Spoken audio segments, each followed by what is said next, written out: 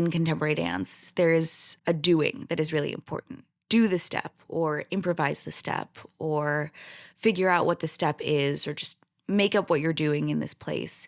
And asking the question, well, why am I doing that, is a thing that I've always felt a real pull towards, that I don't feel like I can be really committed to a work unless I have, if not a narrative, if not a fully fleshed out background of who this person is on stage, then at least a really big feeling about why I'm there. Hello, my name is Eline Perez and you're listening to Are You an Artist? Today's episode is with Liana Zhen-Ai Kleinman, and it's about being a dancer, the urge to create, shame and community. This episode feels quite special to me. It really made me think, but also take action, which is what we want in life. So I'm pretty sure that you will also enjoy the conversation with fantastic Liana, and that you will book your ticket to see her perform between the 9th and the 11th of April at South Bank Centre in London. I'm just going to read your website out loud. Okay. But yeah. I'll try not to cringe.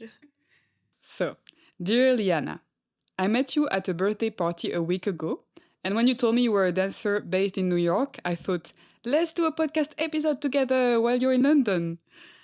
You are indeed a Brooklyn-based interdisciplinary artist and dancer from Los Angeles. Your dancing was featured in Vogue US, NOWNESS, Dance Art Journal and Fact magazine, and your work uses the lenses of new materialism and object-oriented ontology to interrogate shame, nature, and narrative. You also have guest lectured at New York University and Marymount Manhattan College, presenting on disability and modification as glitch, the troubled boundaries of body and environment in dance, and defining choreographies of the Global South. I am very impressed and so happy to have you here. And my first question is, are you an artist? I have such a troubled relationship to the word artist, I think, in part because it's an ill-defined term and because it can mean anything from somebody who devotes their entire life to an art practice every minute of every day. And I've met people who are really this way, who spend all of their time thinking about the things that they want to create. And I'm certainly not one of those people. I definitely think about dinner and a terrible conversation I had with a friend and what I want to wear the next morning. And I think that a lot of my life and my time and my thoughts are not devoted to how do I craft my life into an art practice. And in that way, I feel inadequate. In other ways, I have really wonderful people in my life who remind me all the time that if you hit a piano with a stick, you're playing the piano. And so I think that in the much broader sense of what it means to be an artist, I do identify with that, in that there are parts of myself that feel very illegible unless they are being actioned through movement or language or fantasy. But I really try to use that language to get around the word artist, and I can't really articulate why. I think maybe because I'm worried that someday somebody's going to say, but are you really an artist?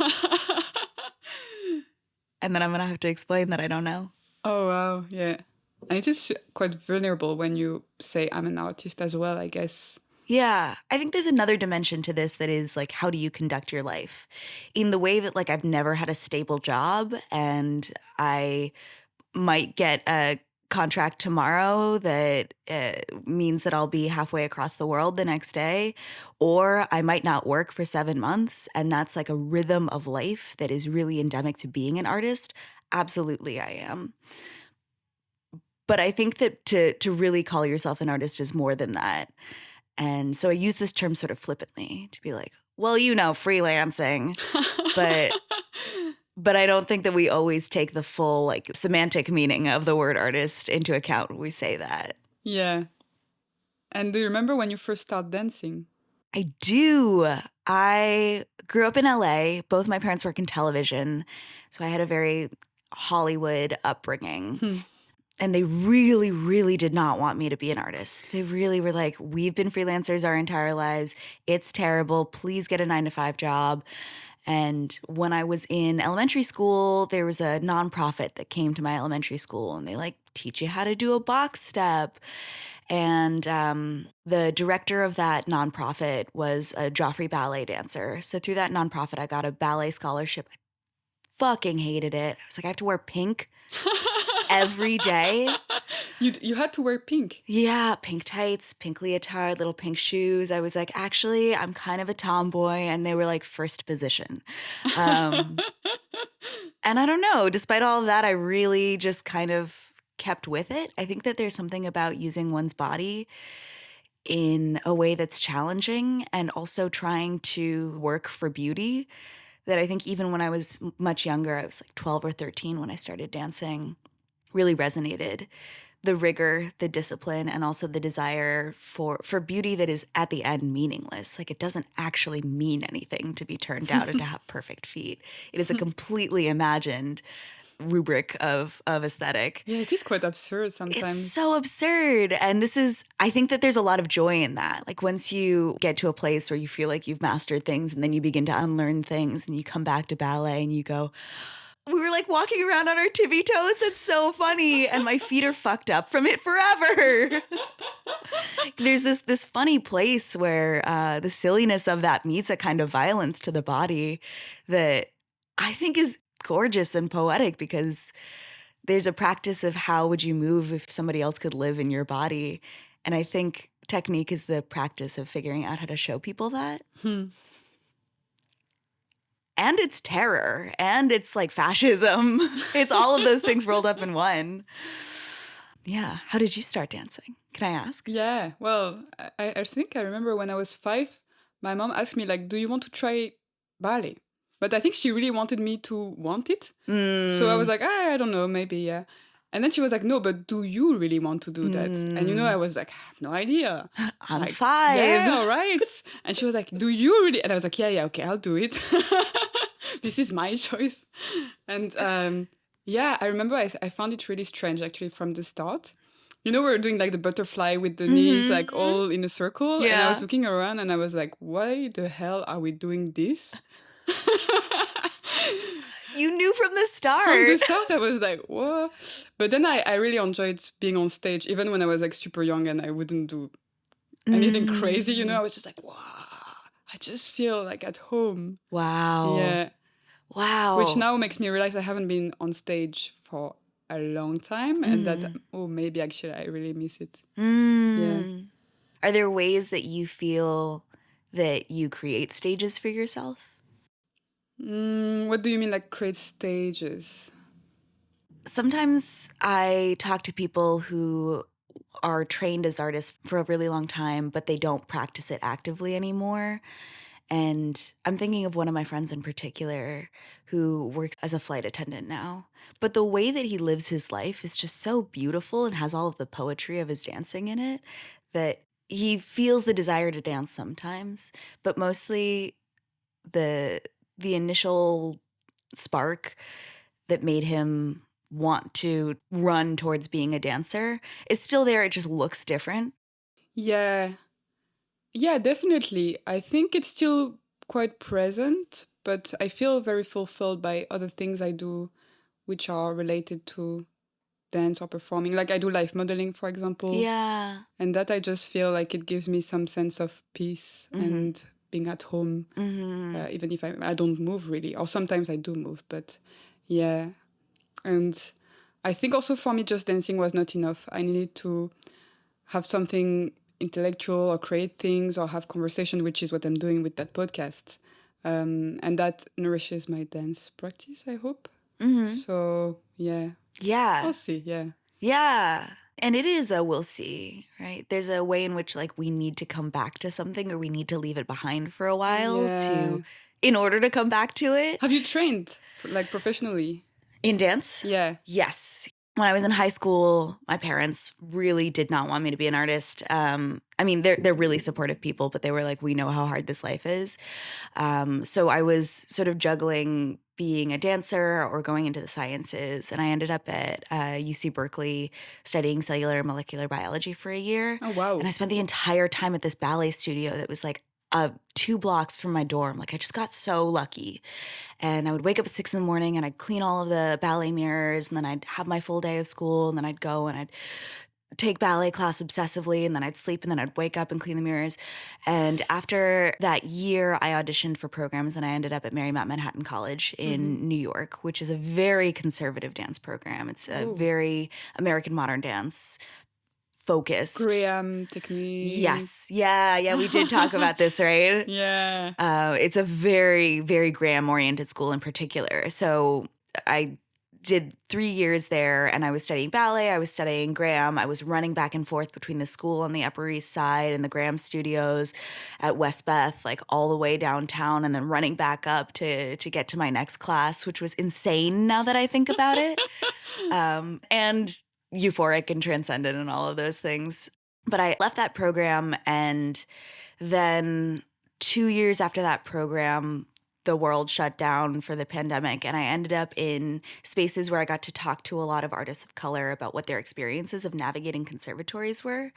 And growing up in LA, I didn't think of myself as particularly other. Everybody's parents are immigrants. Everybody's a little bit brown. And when I came to school in New York, I sort of realized that race politics look very, very different there. And so having this beautiful community of artists of color who had navigated those spaces and were really just trying to like unlearn some of that programming, and to do that in a time where everything was still, was a really precious experience to me. So I had that time to sort of deprogram from that world. And then I came to school at the Place, which is where I met Holly. Montage! Liana is here speaking about Holly Blakey, the choreographer she's working with at the moment. And initially that felt like I was just trying to get out of New York. I just felt so trapped and like I was swimming in circles. And then I came to the Place and I did this program and I tore a ligament and I fell in love and I biked everywhere. And then I wrote a dissertation, and then I came back to New York and I was like, what did I do that for? What? That was crazy. And then years later, I ended up working with Holly again, and she brought me back here. And it's a way in which like some of that training and some of those experiences feel like they shouldn't work out, or that they didn't work out immediately. And you never know. Yeah, it's crazy. Like some stuff makes sense much later. Much later. Like sometimes I'm like, something happens and I'm like, oh, okay. Wow, I'm so glad I went to that party. Yeah, it's such a nice feeling because, that party actually, I was so tired. I really forced myself to go. I was like, no, come on. It's like Otis. I love Otis so much. I met really amazing people there. And I didn't stay very long, but didn't need here we are. Did you train? Yeah, I trained at Laban. At Laban, right. So it was also quite more Cunningham, I think. Yeah, that's right. A lot of Cunningham. Yeah. I know how to bounce. Yeah, I bet. Yeah. And what a skill. And I think that's actually how I realized that for me, improvisation was my thing. I was much more interested in somatic practices, improvisation. And I think when you do things that you don't really like, then you really go away. Like it's just helps you making choices. So it's nice. And I also got interested in creating and had amazing teachers there. So yeah. I think that there's something important about getting intimate with things that you don't initially like. And to know them really fully. Even if at the end of that learning you say, here are all of the specific reasons that I don't like this. Yes, but you know why. You know why. Yeah. And it helps you articulate much better what are the things that you do want. Which I think that there are two ways to get at what you do want. You could run towards the things that really speak to you, or you can learn about the places that you don't want to be in. It's sort of like cutting away of experience. And it's a tricky balance, right? It can be tough to draw those boundaries because they're also always shifting. They're always a new thing every day. Some days I don't want to get on stage ever again. And some days I'm like, why aren't people paying attention to me? Yeah. So do you want to speak a little bit about why you're here now? Sure. Because you started rehearsals a week ago, right? No, we started rehearsals, I think, May 5th. for a double bill with a choreographer named Holly Blakey. The show is going to Théâtre Chaillot in Paris, and then it's also going to South Bank Center here. It's a double bill of a work that she actually set on the company when I was dancing at Edge at London Contemporary, which is a work called Phantom. And it's a 15-minute work. It's quick, but it's like a HIIT workout. It's really intense, and it feels really cathartic to perform. There's so much cardiovascular effort in this piece that you kind of just like start to hover a little bit above your body, and then you're free. And then the next work is called A Wound with Teeth, and it is a much longer work. And it's about fairy tales and nursery rhymes and stories that we tell ourselves in really dark times. And that is a piece that has been such a privilege to work on, because I think that in contemporary dance, there is a doing that is really important. Do the step, or improvise the step, or figure out what the step is, or just make up what you're doing in this place. And asking the question, well, why am I doing that, is a thing that I've always felt a real pull towards, that I don't feel like I can be really committed to a work unless I have, if not a narrative, if not a fully fleshed out background of who this person is on stage, then at least a really big feeling about why I'm there. Because I don't really feel that audiences deserve to come and pay and spend time with me unless I can commit to work, unless I can show them a big enough feeling. And maybe that big feeling is really quiet, but it's a big enough feeling.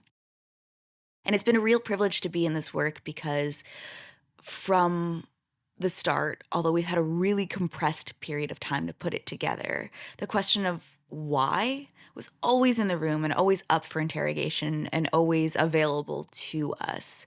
And to get to ask that question with a group of dancers that I respect so much, they're such gorgeous dancers and are also human beings that I love and who have great ideas and shitty ideas and silly ideas.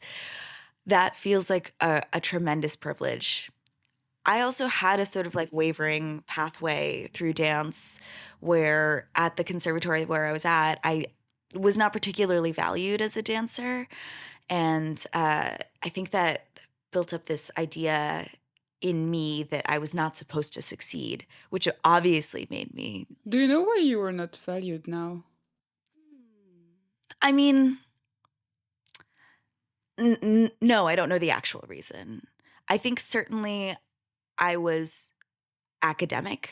I came from an academic background, and there were sort of two tracks at the school, one that was like performance track, the stars, and one that was like people who think. And so often the feedback that I got in the conservatory that I was at was that we can see you thinking, and it's a deficit to your dancing. Oh, wow. And I think that they were right at some level. Like there was a lot that I needed to let go, and I really was not practiced in taking risks.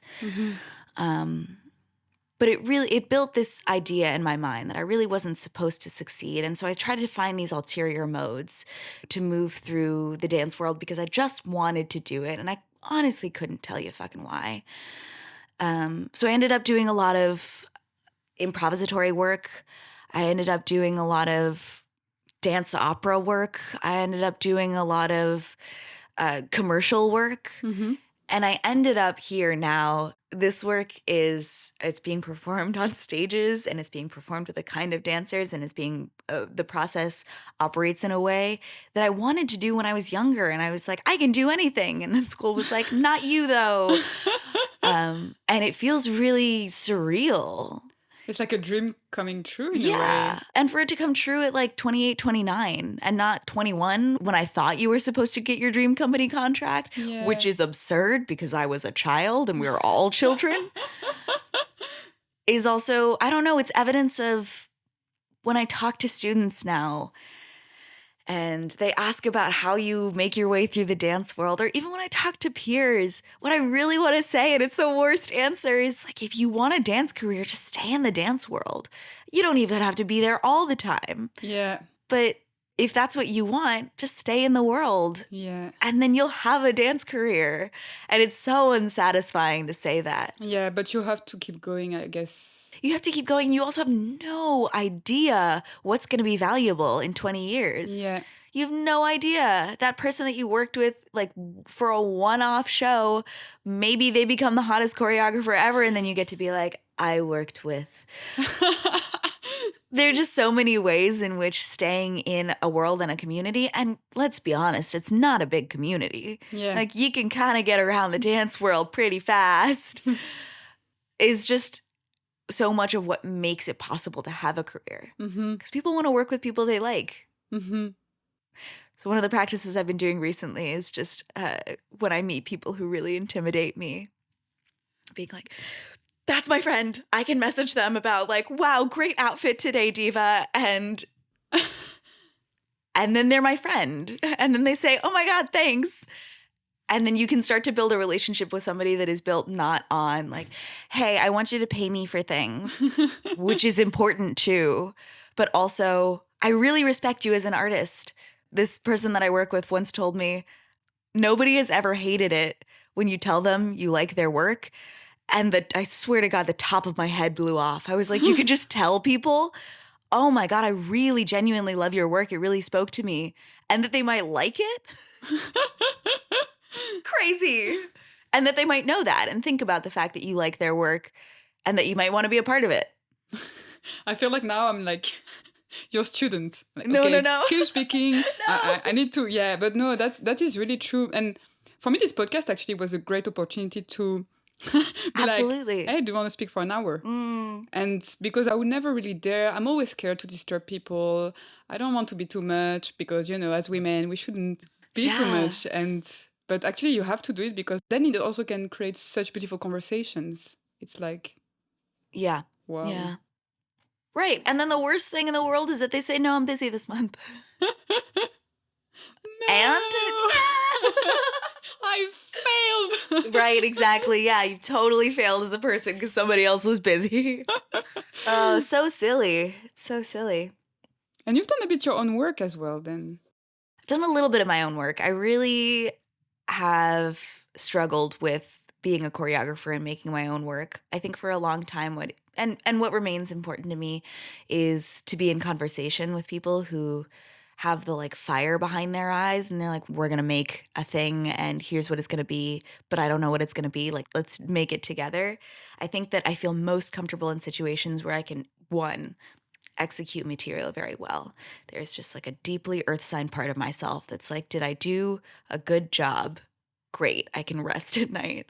And then another part of myself that is much more interested in elaborating on or building on ideas that somebody else has. Because to make work is to have this like core of assuredness about the thing that you're making. Even if you don't know what it is, you know that you're making it. Yeah. And I think that core is something that is really difficult for me to believe that I'm allowed to make.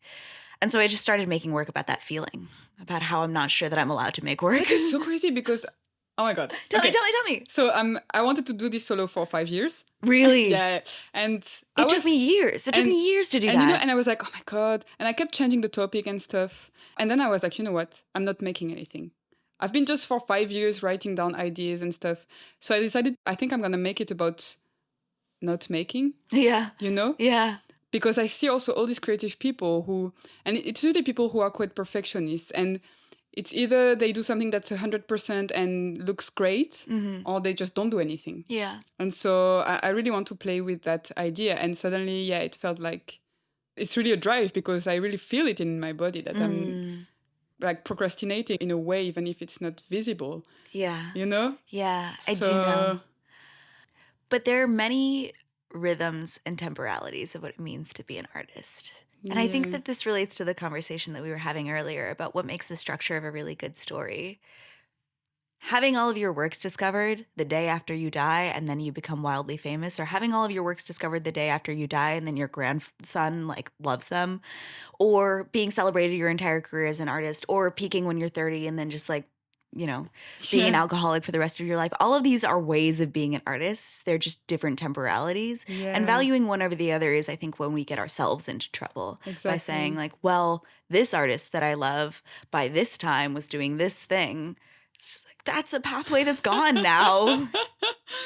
Why is that a better pathway than the one that you're taking? So I also feel that it's important to have a lot of grace for the fact that life is long and the fact that when you get up on stage and say, I've been researching this process for 10 years, that's like somebody else is going to be like, wow, I should be doing that. There's actually no good way, which means there's no wrong way.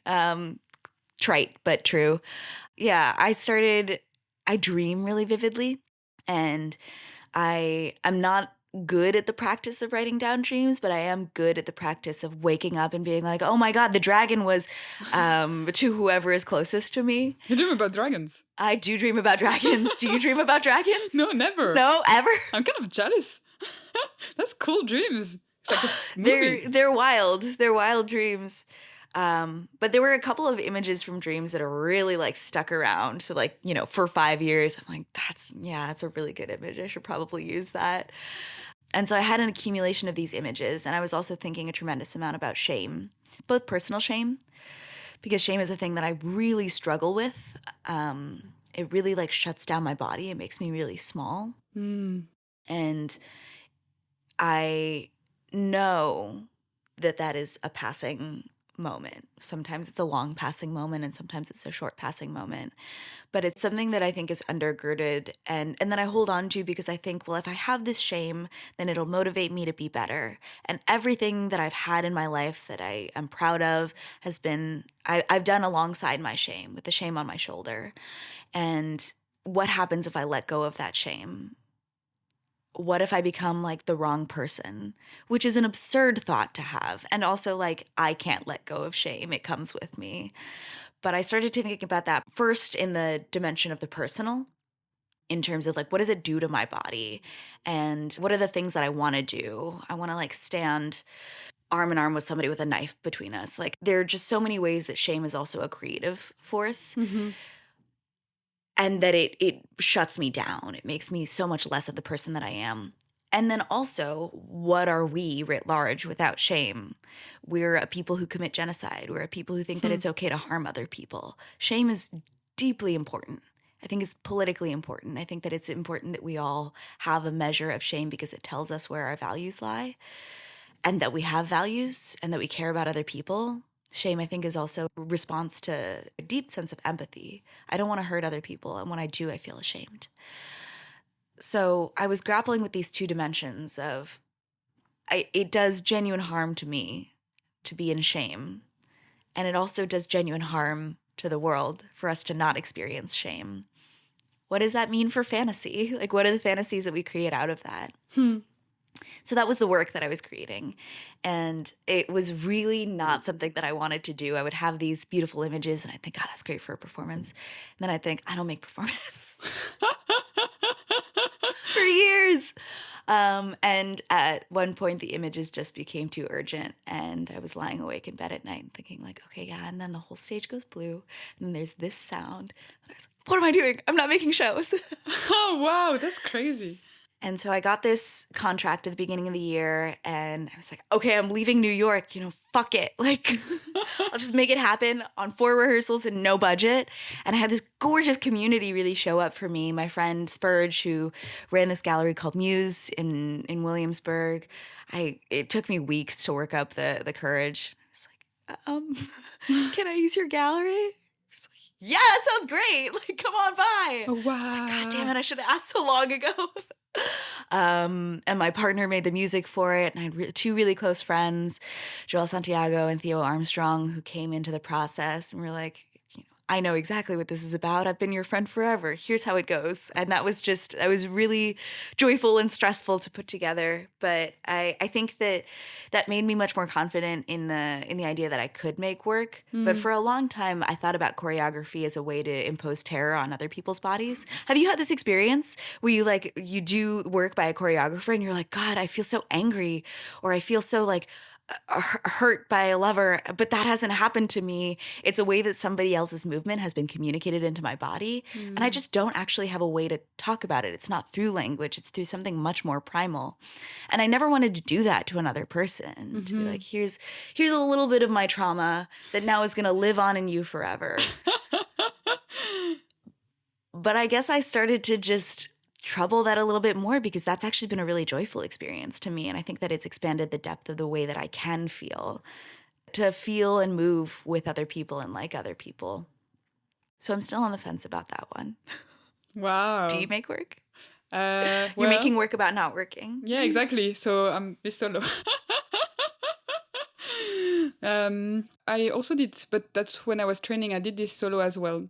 It was more a performance than a proper dance, but yeah, a bit same. Like I did, like first I didn't know what to do, and I was really confused. And then like suddenly things came to me. I think probably when I let go of fear and shame and stuff, when I was like, hey, you know what, okay, I'm gonna be ridiculous, and yeah, let's do it. And it worked really well, actually. Like I think it's probably worked so well that that's why I'm terrified of doing something again, because I'm like, there's no way it's gonna be as good as this thing, like whatever it was. Yeah. So yeah, I'm trying to, yeah, maybe I need to let that go and try something. New shame. Yeah. New shame just dropped. But I do, yeah.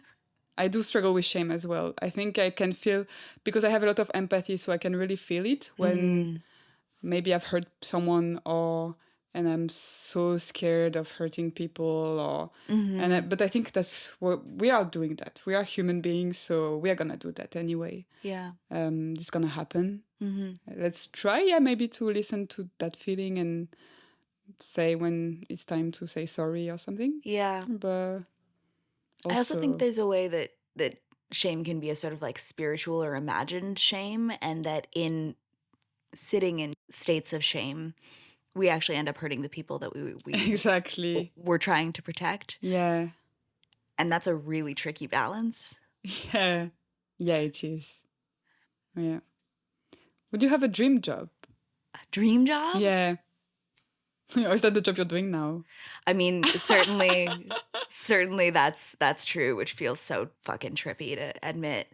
Yeah, I mean, I've really wanted to be doing concert dance work at this scale for a really long time, and I just have to emphasize that it took me like 7 years of like freelance like all of the time to even get close, and that feels like an eternity when you're like young and out of school, and it's just not, and we have more life to live, and dancers can be older than like 30. Yeah. You know?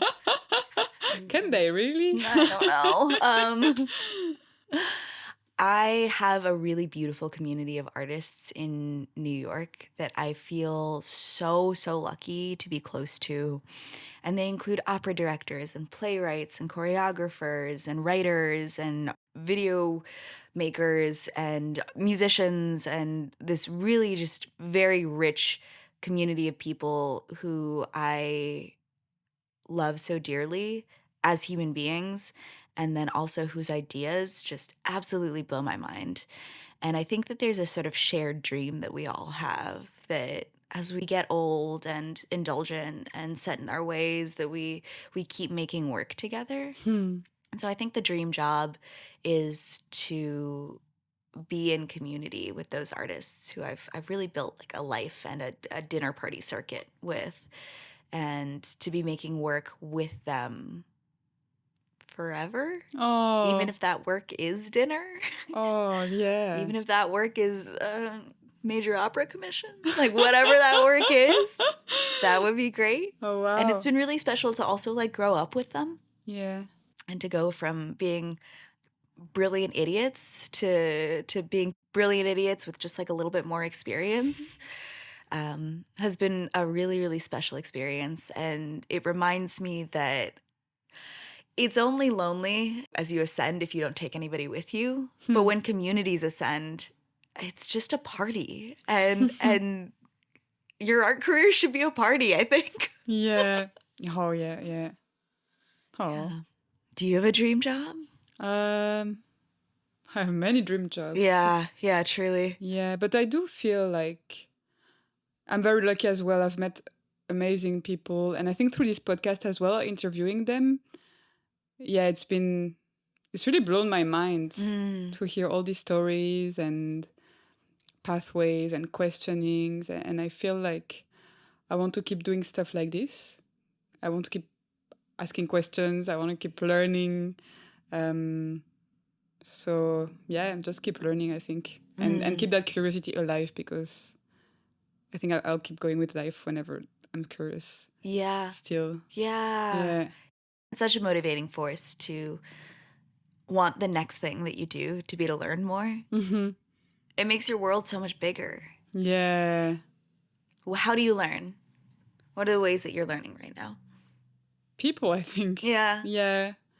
Just conversations. Yeah, and I think I'm learning more when I'm not trying to learn. I think before I was like, I'm gonna learn. And then Yeah, I read yeah. all these books and stuff, but in this very kind of academic way Yeah. and very pushy. Yeah. But yeah, when I'm just present with someone and having a conversation is actually when I'm learning the most. Or even sometimes when I'm not doing anything and I'm just like, huh. Yeah. You realize that, oh, something you said or something someone said makes sense. And seeing work, of course. Seeing people move, seeing people play music, seeing people perform and create. Yeah. It's huge. Yeah, there's a real hierarchy of ways that learning is legible. Yes. And then ways that learning actually takes place, or ways that learning can take place, I think. Yeah. I certainly felt this way, especially when I left my master's program. I was doing all of this academic research, and then it kind of fell off because I was busy like riding bikes and sitting in the park and enjoying summer in New York. And I think that I had a real crisis and panic about the fact like I wasn't reading enough Foucault or something.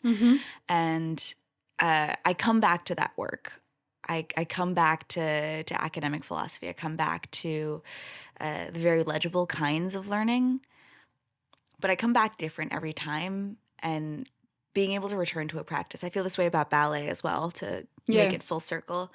Every time I return to a practice, I return to it with the muscle memory of, well, I can read this article. I just haven't really spent the time to. It's not even that I didn't have the time, but I didn't spend the time. And also, there's this like mountain of experiences and dumb thoughts that I had in the park that actually contribute to the fact that I'm reading this now.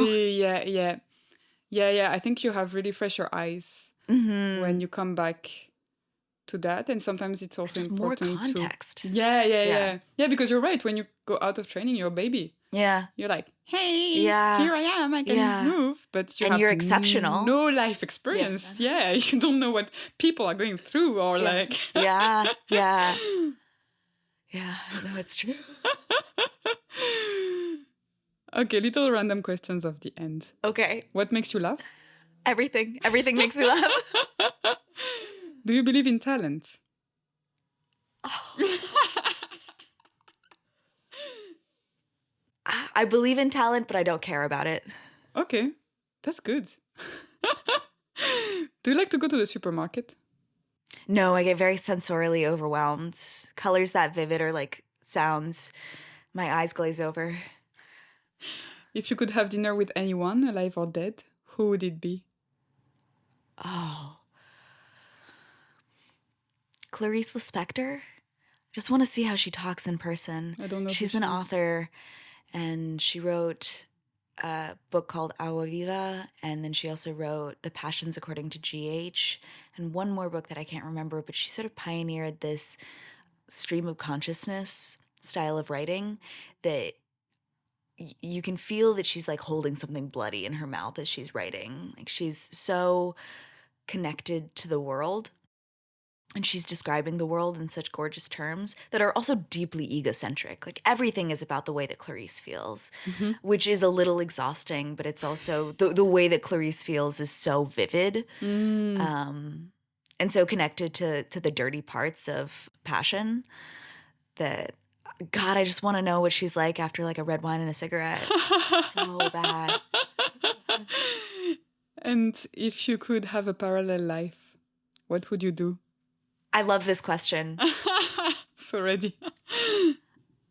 I talk about this question a lot with my friend Joelle because we both say we would be war journalists. Like we'd be reporting on things that are happening in areas where it's really difficult but really important to get news. And then we walk around the world and we go, God, I'm tired. I really need to lie down. I haven't had a snack today. And there are like so many ways in which we, for many reasons, are navigating like what the body needs, and the body is precious and delicate. And that growing up in Los Angeles and New York and major cities where we're safe in predominantly semi-gentrified areas, there's no way that we would not stand a fucking chance. We got street smarts for like Greenpoint. And so it's really good to what I want is that kind of extremity. And the other thing I've thought about is like, you know, nature documentaries where you're watching like video out in the middle of the ocean, and it's got to be like one guy in a scuba suit like holding a camera above his head for hours. That kind of intensity and that kind of seeing of the world, which I also think is what artists do, to use a problematic term. But also, we have no idea. We have no idea what that kind of experience would be like.